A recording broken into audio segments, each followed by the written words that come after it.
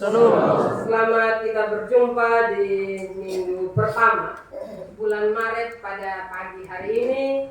Dan hari ini kita masuk dalam peringatan Minggu Sengsara Tuhan Yesus yang pertama.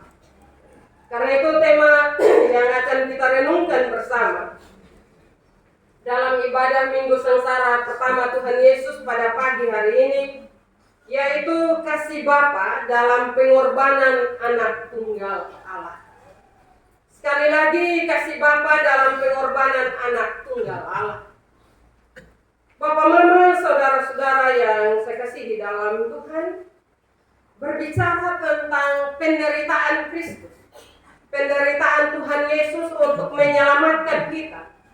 Saya percaya bahwa kita semua sudah mengetahui cerita ini dengan baik. Namun pagi hari ini kita diajak untuk merenungkan kembali kebenaran firman Tuhan ini,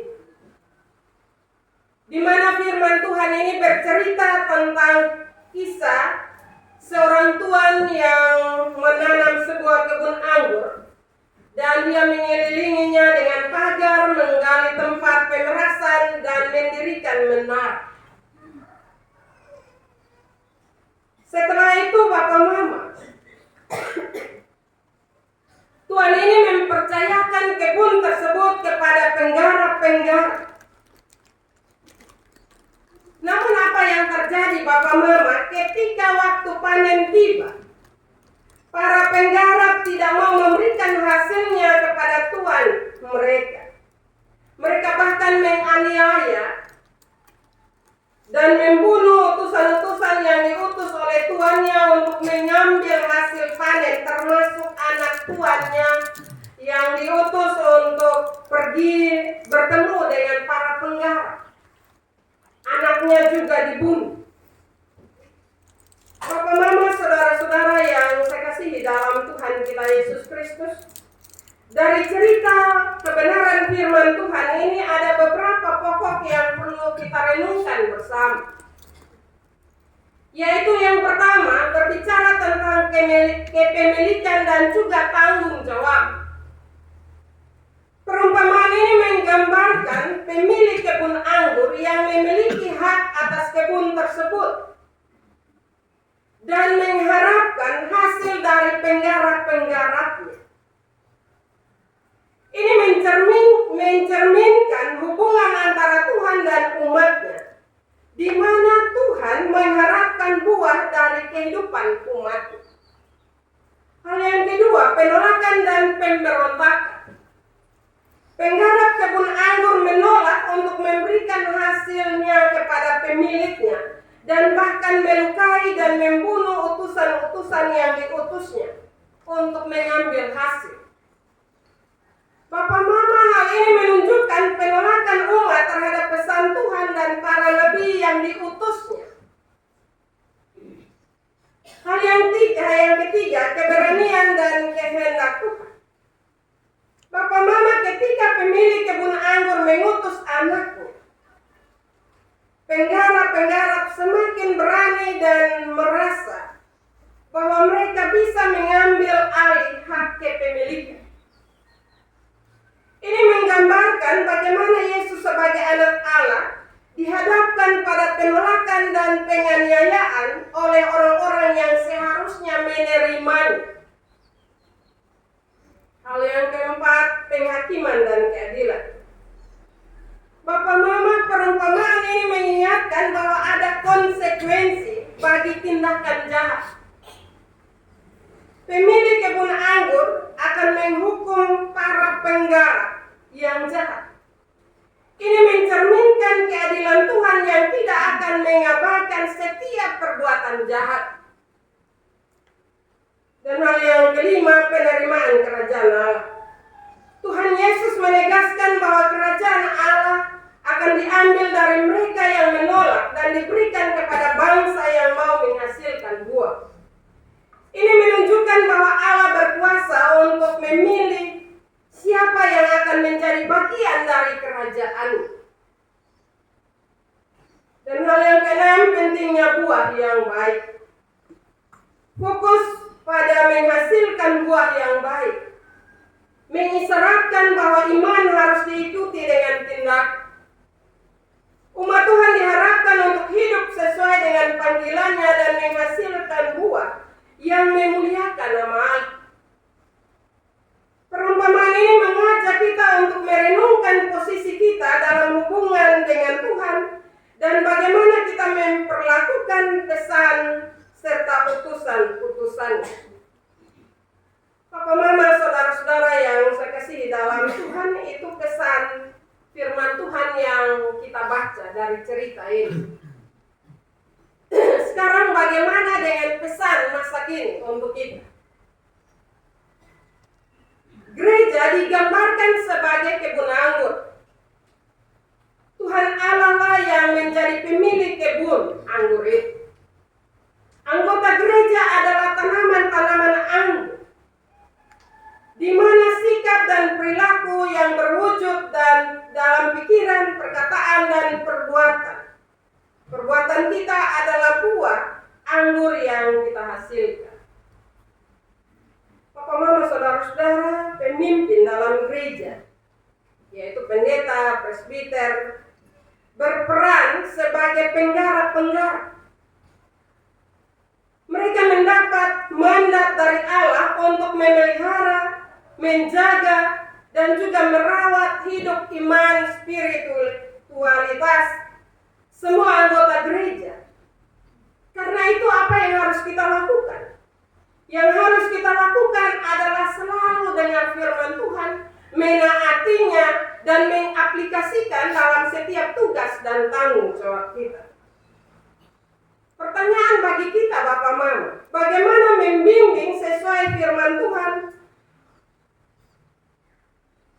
untuk masa kini, di mana kita sedang menjalani godaan yang besar?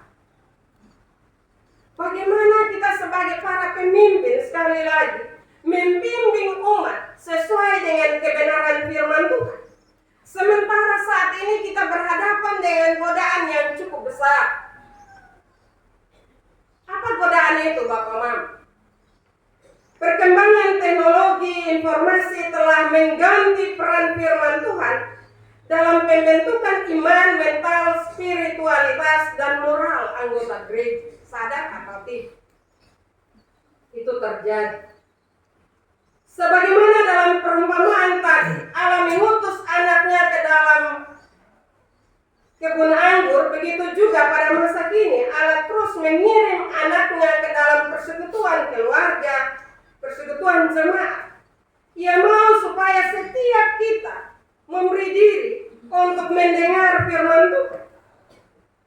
Tetapi Yesus berkata bahwa para penggarap-penggarap itu bersekongkol untuk menolak dan menangkap anaknya dan membunuhnya.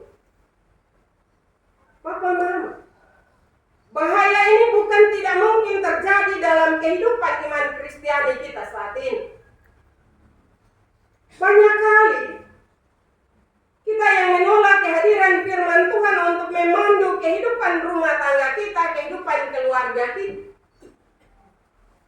Kalau saya berbicara demikian pasti kita bilang son, memang pendeta. Tetapi sadar atau tidak, kadang hal itu terjadi. Ketika firman kita mau memberitakan, kadang berbagai kesibukan ada dalam kehidupan kita.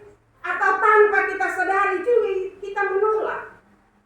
Ini ibadah ini harus menjadi nanti saya. Dan juga ketika firman kita sampaikan untuk mendidik dan mengajar kita, untuk kita hidup sesuai dengan kebenaran firman Tuhan, kadang kita juga sanksi. Kalau omong itu benar, kosong. Karena itu berbagai penolakan selalu terjadi. Bahkan ketika firman mau disampaikan, kita masih urus HP dan seterusnya. HP bukan saja masalah anak muda, tetapi juga bagi para orang tua. Bukan berarti HP tidak bermanfaat, tapi bukan manfaat. Tetapi kadang kita salah menggunakan dan juga salah tempat. Karena itu Bapak Mama, tanpa kita sadari, kita juga menolak kebenaran firman Tuhan dalam kehidupan kita.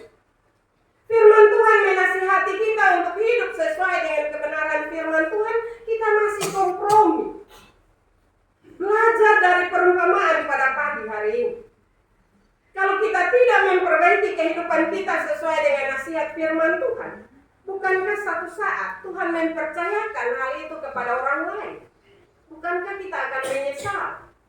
Bisa saja kita menyesal karena selama ini kita sudah berdoa, datang gereja, beribadah, tapi kenapa kita tidak dapat bagian dalam kerajaan Allah? Karena perilaku kehidupan kita belum berubah.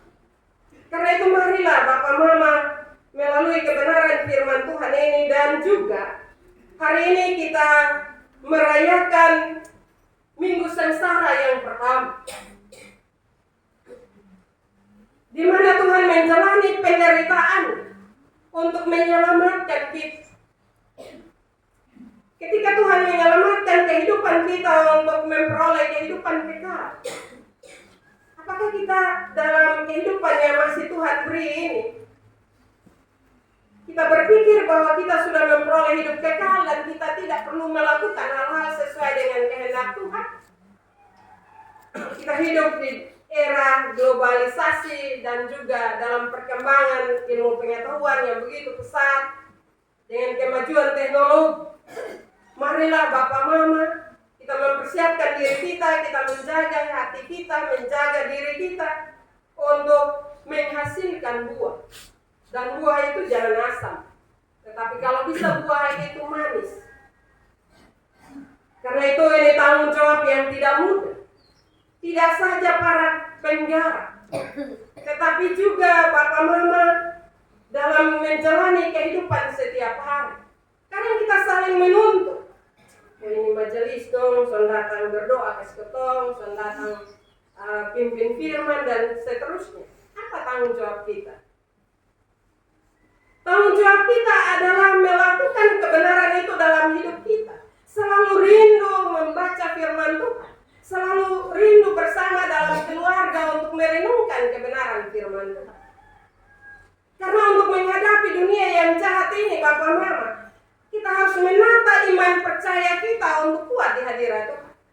Kalau tidak, Bapak Mama, kita akan mudah dipengaruhi oleh berbagai pengaruh yang ada di sekitar kita. Dan akhirnya membuat kita menolak kebenaran firman Tuhan. Akhirnya membuat kita menolak Tuhan dalam kehidupan kita. Tapi saya percaya kita semua yang beriman, yang hari ini masih diberi kesempatan hidup, kita rindu agar Yesus bekerja dan berkarya dalam kehidupan kita. Karena itu marilah dengan merenungkan kebenaran firman ini kita kembali. Kita minta Roh Kudus untuk ada selalu dalam hidup kita. Sehingga walaupun kita sibuk dengan berbagai kesibukan kita, tetapi kebenaran firman Tuhan selalu hidup dalam hidup kita. Firman Tuhan memberkati kita pada pagi hari ini. Amin.